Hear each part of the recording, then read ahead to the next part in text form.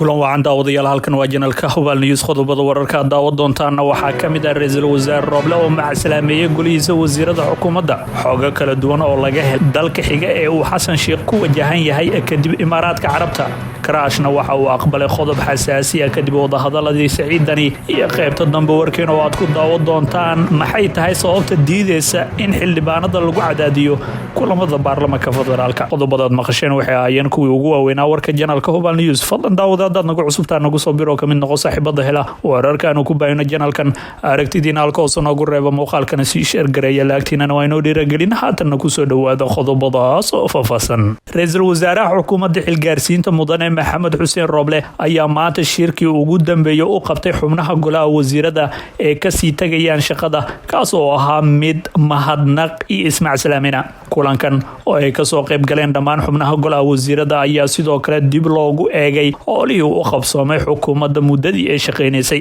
ra'iisul wasaaraha xukuumadda Soomaaliya ee shaqada ka sii tagaya mudane Maxamed Xuseen Roble ayaana gudoomiyay shirkii ugu dambeeyay golaha wasiirada Roble oo kulankan ka hadlay ayaana sidoo kale xubnaha golaha wasiirada Soomaaliya ugu mahadceliyay sidii wanaagsaneed oo ay ula soo shaqeeyeen intii uu xafiiska joogay sidoo kale wuxuu kula dardaarmay si uu wadista howlaha qaranka iyo gacansiinta ra'iisul wasaaraha magacaaban mudane Xamza Cabdi Barre iyo dowladda cusub ee Soomaaliya ra'iisul wasaaraha xafiiska baneynaya ee Maxamed Xuseen Roble ayaa lagu xasuusan doonaa waxqabadkiisii muddada uu xafiiska joogay gaar ahaan sida uu u maareeyay doorashooyinkii ka dhacay dalka Soomaaliya ayaa waxa ka dhacay isbedel siyaasadeed kadib doorashadii 15 May oo xilka madaxweynaha mar labaad loo doortay Xasan Sheekh Maxamuud oo isna ra'iisul wasaare u magacaabay Xamza Cabdi Barre oo deegaan ahaan ka soo jeeda Jubbaland geesta kalena dalka xiga ee uu Xasan Sheekh ku wajahan yahay kadib Imaaraadka Carabta ayaa xog laga helay sida ay ila xogogaala u xaqiijiyeen Hubaal News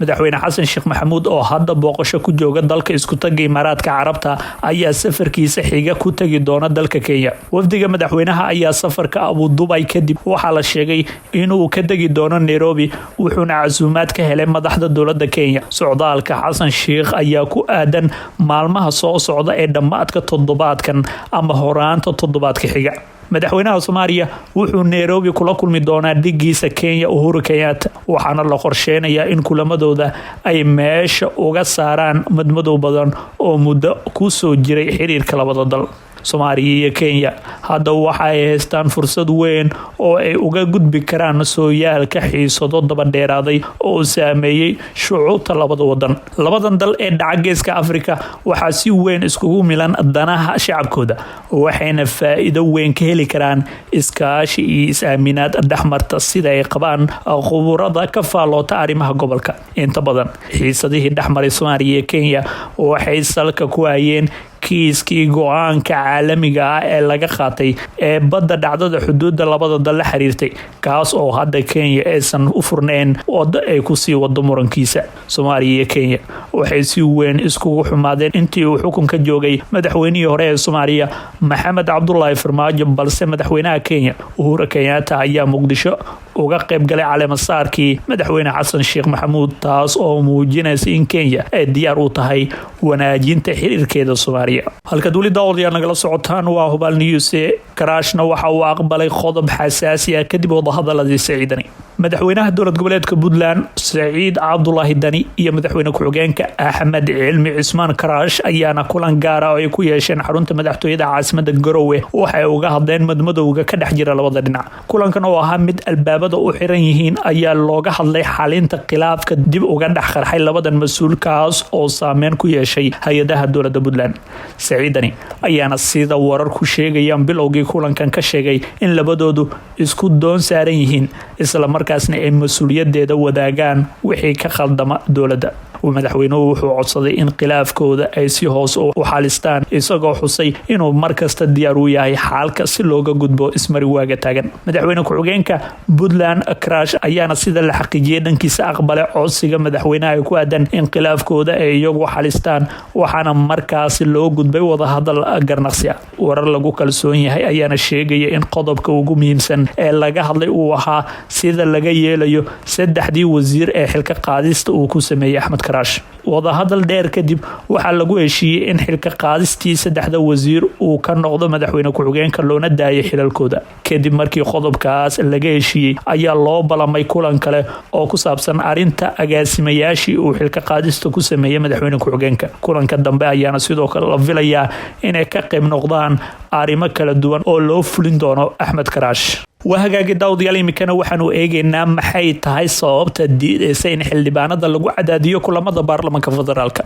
gudoomiyaha baarlamaanka Soomaaliya Sheekh Aadan Maxamed Nuur Madoobe ayaa ka hadlay waxyaabaha soo celceliyay kulamada baarlamaanka ay u baaqdaan kooram la'aan ama xildhibaanadu ay soo xaadiri waayaan kalfadhiga. Aadan Madoobe ayaa sababta u diidaysa in xildhibaanadu ay ku cadaadiyaan fadhiyada golaha shacabka waxa uu ku tilmaamay inay tahay inaysan lahayn gunno ay qaataan si loola xisaabtamo. afhayeenka baarlamaanka ayaa xusay in arintaasi ay ka shaqeyn doonaan isla markaasna ay ku dadaali doonaan in xubnuhu ay helaan gunooyinka sida uu dhigayo xeroosaadka. sidoo kale wuxuu sheegay in kadib xildhibaanka lagula xisaabtami doono haddii uu fasax la'aan ka maqnaado kulamada caadiga ee golaha shacabka.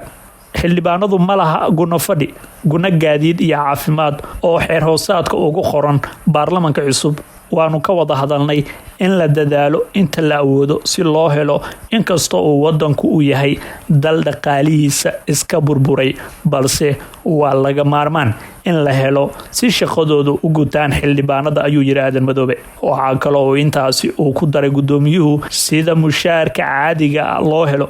ayaa lagu helayaa lacagta badanaa shardi ma ahan. xildhibaanada sababta uu gunadu ugu baahanayo ayaa ah in marka uu safar caafimaad galo ama deegaankiisa dib ugu laabto, mana ahan in haddii la waayo in fadhiyadu u baaqanayaan meelaha ay ka imaanayaan lacagahaasi waa dakhliga dowladda soo gala iyo weliba kaalmada la siiyo ayuuna warkiisa kusoo gabagabeeyey gudoomiye Aadan Madoobe. hadalkan ayaana kusoo aadayay iyadoo toddobaadyadii lasoo dhaafay dhowr kulan ay u baaqdeen sababo la xiriira kooram la'aan fadhiyada baarlamaanka Soomaaliya. gudoomiye Aadan Madoobe oo haatan ku sugan dalka Kenya ayaa warar soo baxaya waxay tilmaamayeen in xaalad caafimaad inkastoo xafiiska gudoomiyaha golaha shacabka ay arinkaasi been abuur ku tilmaameen.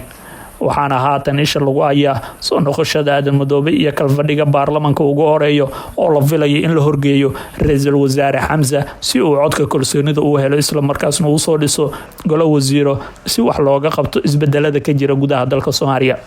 waxaa jirta baqdin xoogan oo ku aadan in kulanka ugu horeeya baarlamaanka federaalka Soomaaliya gaar ahaan kan golaha shacabka uu u baaqdo arrimo la xiriira kooram la'aan xilli lagu wada in la horgeeyo ra'iisul wasaare Xamza. dhankiisa ra'iisul wasaaraha cusub ee magacaaban ayaa wado dadaalo uu xildhibaanadu uga dhaadhicinayo inay siiyaan codka kalsoonida. siyaabooyin kala duwan ayuuna kulamo ula qaatay xubnaha xildhibaanada ee ka soo galay qaar ka mid ah dowlad goboleedyada, wuxuuna la kulmay xildhibaanada ka imaaday maamul goboleedyada Hirshabelle, Galmudug iyo Koonfur Galbeed. waxaana la sheegayaa sidoo kale inay caddahay in codadkooda uu heli doono xildhibaanada baarlamaanka ee ka soo galay deegaan goboleedyada Jubbaland iyo Puntland. inkastoo wararka hoose ay tilmaamayaan in dani uu ka xumaaday magacaabista ra'iisul wasaare Xamza maadaama madaxweyne Xasan Sheekh Maxamuud uu la tashi kala sameeyay arinkaasi. dani ayaana rajeynayay in shakhsi ka yimid Puntland loo magacaabo xilkan ama isaga la fahantiisa loo dhiibo xilkaasi. guud ahaan daawadayaal wanaga inta warkii oo aad kala socoteen channelka Hubal News. fadlan daawaday haddana nagu cusubtahay nagu soo biro ka mid noqo saaxiibada hela oo wararkan ku baahina channelkan. aragtidiina halkaas noogu reebo muuqaalkana sii share gareeya. laagtiinana waa noo muhiim waana ku maasantiin daawashadii la socodka warka channelka Hubal News.